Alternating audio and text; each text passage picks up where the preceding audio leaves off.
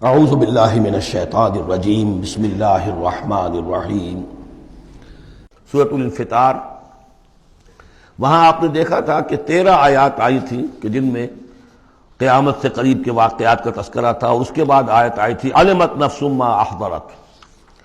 یہاں اس کو مختصر کیا ہے اور 4 آیات کے اندر، لیکن اس کے بعد علمت نفس ما قدمت واخرت، اس کی وضاحت اور جو نتیجہ نکلے گا سورہ تکویر میں وہ نہیں تھا کہ کیا نتیجہ نکلے گا، بلکہ یہ کہ کدھر جا رہے ہو، ادھر جا رہے ہو یا ادھر جا رہے ہو۔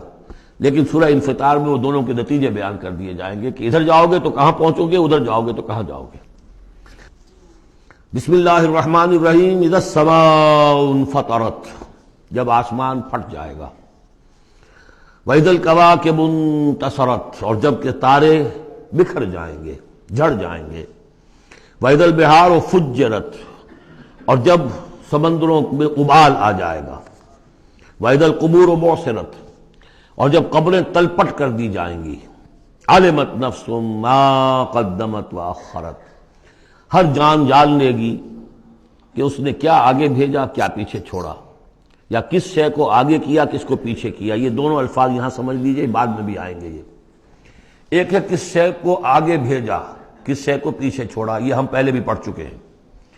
ایک یہ ہے کہ دنیا میں انسان کا ہر طرز عمل جو ہے وہ 2 چیزوں کے درمیان طے کرتا ہے کہ اس میں سے کس کو میں پرائرٹی نمبر 1 دوں، کس کو پرائرٹی نمبر 2 دوں۔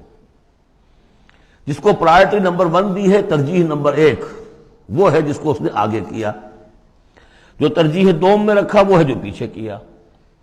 بس یہی سارا معاملہ ہے کہ تم نے آخرت کو ترجیح اول دی ہے یا دنیا کو، کس کو مقدم رکھا، کس کو مؤخر۔ ایک راستہ یہ ہے کہ میرا مطلوب تو ہے آخرت، دنیا جتنی مل جائے نہ ملے تو بھی کوئی بات نہیں۔ ایک یہ ہے طرز عمل کہ میرا اصل مقصود ہے دنیا، آخرت کچھ مل جائے تو بونس ہے، کسی کی سفارش سے مل جائے، کسی کے اور ہیلے بہانے سے مل جائے، لیکن مقصود میرا دنیا ہے۔ تو بما قدمت واخرت، کیا آگے کیا، کیا پیچھے کیا، یا کیا آگے بھیجا، کیا پیچھے چھوڑا۔ یا ایھا الانسان ما غرک بربک الکریم، اے انسان تجھے کس شخص نے دھوکے میں مبتلا کر دیا ہے اپنے رب کریم پر۔ یہ وہ مضمون ہے کہ جو سورہ حدید میں آ چکا ہے، سورہ لقمان میں آ چکا ہے۔ ولا یغرنکم باللہ الغرور، کہ یہ جو شیطان ہے یہ وسوسہ بھی پڑھاتا ہے، اس کی جو چالیں ہیں ہر ایک کے لیے ایک جیسی نہیں ہیں۔ کسی کو یہ ہے کہ کسی فرض سے روکنے کے لیے نفل میں لگا دے گا، تم نفل کاموں میں لگے رہو، مجھے اونچی عبادت ہے، تقرب اللہ حاصل ہو جائے گا، فرائض سے کنارہ کشی ہو جائے گی۔ کہاں یہ اقامت دین اور کہاں یہ فرائض دینی چھوڑو، آپ تو بس ذکر کیا کرو اور تہجد پڑھا کرو، رات کو جاگا کرو، بس یہ ہے اصل۔ لیکن تو فرض سے غافل کر کے اگر نوافل میں لگایا، بیڑا غرق کر دیا۔ تو اسی طریقے سے یہ اس کی ایک چال ہے۔ اللہ تو بڑا غفور ہے، بڑا رحیم ہے، یہ کیا چھوٹی چھوٹی باتوں پر وہ پکڑے گا، خام خواہ تمہیں خیال ہے وہ اتنا کوئی خوردہ گیر نہیں ہے۔ اللہ بڑا غفور ہے، کریم ہے، رحیم ہے۔ اب اس سے وہ جری کرتا تھا کہ جرت بڑھتی جا رہی ہے اسی پر کہ اللہ کی شان غفاری پر دھوکہ کھا رہا ہے۔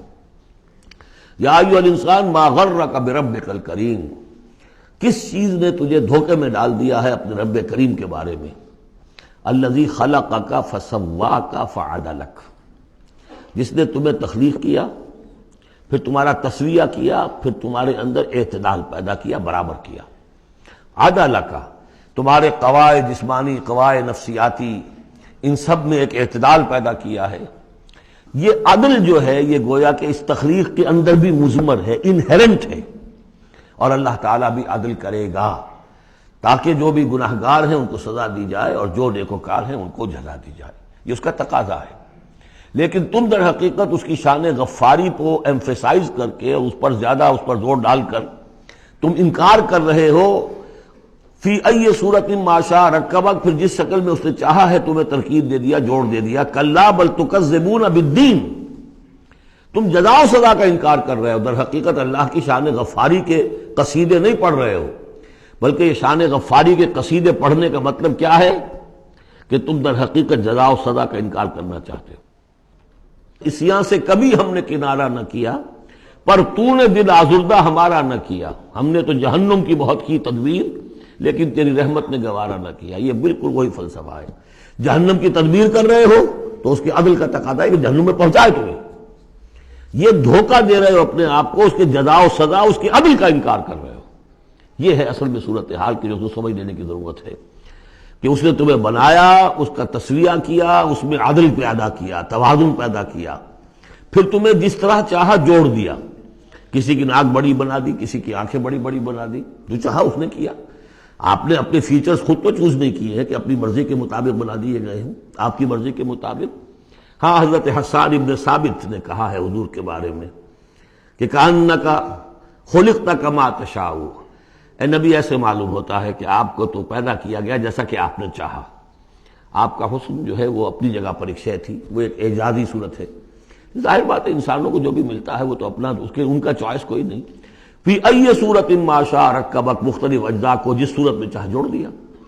کلا بل تکذبون بالدین، اصل بات کیا ہے کہ تم جزا و سزا کا اور عدل کا انکار کر رہے ہو۔ وَإِنَّ عَلَيْكُمْ لَحَافِظِينَ، جبکہ ہم نے تمہارے اوپر محافظ فرشتے بھیجے ہوئے ہیں۔ یہ تو پھر سب ایکسرسائز ان فیوٹیلٹی ہوئی، کائے کو ہم نے فرشتے بھیجے؟ خام خواہ کو دو سنتری تمہارے ساتھ ہم نے بٹھا رکھے کائے کے لیے؟ اگر جزا نہیں، سزا نہیں، پکڑ نہیں، محاسبہ نہیں، کچھ نہیں تو یہ کیا ہے؟ ہم نے کاہے کے لیے کیا؟ وَإِنَّ عَلَيْكُمْ لَحَافِظِينَ كِرَامًا كَاتِبِينَ، وہ بڑے باعزت فرشتے جو لکھ رہے ہیں، يَعْلَمُونَ مَا تَفْعَلُونَ، جو جانتے ہیں جو کچھ تم کر رہے ہو۔ یہ چیز اللہ نے پھر کاہے کے لیے کی ہے؟ یہ سب جیسا کہ میں نے کہا ایکسرسائز ان فیوٹیلٹی ہے، یہ تو عبث ہے، کار عبث، اور اللہ تعالیٰ کوئی کار عبث بیکار نہیں کرتا۔ تو نتائج نکلیں گے۔ نتائج کیا ہیں؟ ان الابرار لفی نعیم، نیکوکار اللہ کے وفادار بندے وہ ہوں گے نعمتوں میں۔ وَإِنَّ الْفُجَّارَ لَفِي جَحِيمٍ، اور جو فاسق و فاجر ہوں گے، جو کہ اپنی نفس کی شہوات و خواہشات کے بندے ہوں گے، لفی جہیم، وہ جہنم میں ہوں گے۔ یصلونها یوم الدین، داخل ہوں گے اس میں یوم الدین کو، جزا و سزا کے فیصلے کا دن۔ وما هم عنها بغائبین، پھر وہ وہاں سے کہیں جا نہیں سکیں گے، غائب نہیں ہو سکیں گے، وہاں سے نکلنے کا کوئی سوال نہیں، وہاں سے بھاگ جانے کی کوئی جگہ نہیں۔ وما ادراک ما یوم الدین، اور تمہیں کچھ پتہ ہے، کسی نے کچھ بتایا ہے یوم الدین کیا ہے؟ ثم ما ادراک ما یوم الدین، پھر تمہیں کچھ اندازہ ہوا ہے کہ یوم الدین کیا ہے؟ یوم لا تملک نفس لنفس شیئا والامر یومئذ للہ، جب کسی جان کو کسی دوسری جان کے لیے کوئی اختیار حاصل نہیں ہوگا، اور امر کل کا کل اللہ کے ہاتھ میں ہوگا۔ والامر یومئذ للہ، لمن الملک اليوم للہ الواحد القہار۔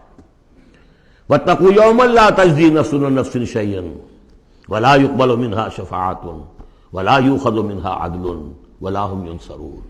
وہ دن جانتے ہو، وہ دن وما ادراک ما یوم الدین ثم ما ادراک ما یوم الدین یوم لا تملک نفس لنفس شیئا والامر یومئذ للہ۔ صدق اللہ العظیم۔